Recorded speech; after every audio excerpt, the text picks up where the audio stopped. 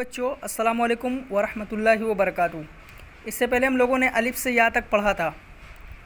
देखिए page number 95 पे लिखा हुआ है आओ पढ़ें, आओ पढ़ें। अलिफ, अलिफ से ये देखिए अनार बना हुआ है, अलिफ से अनार,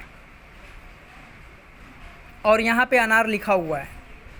अलिफ, अलिफ से अनार, ये अनार बना हुआ है और ये अनार लिखा हुआ है।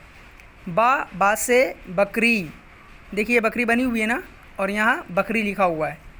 पा, पा से पतंग, यहाँ पतंग बनी है और यहाँ पतंग लिखा हुआ है।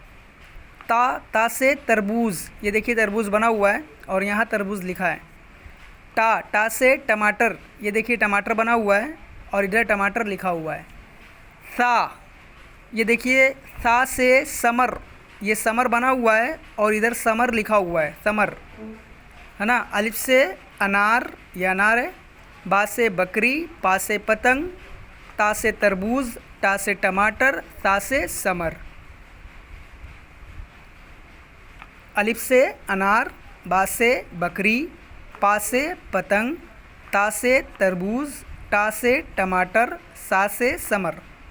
अलिफ से अनार, बा से बकरी, पा से पतंग, ता से तरबूज, टा से टमाटर और सा से समर। आप भी इसको पढ़िए और वॉइस को रिकॉर्ड करके हमें सेंड करिए।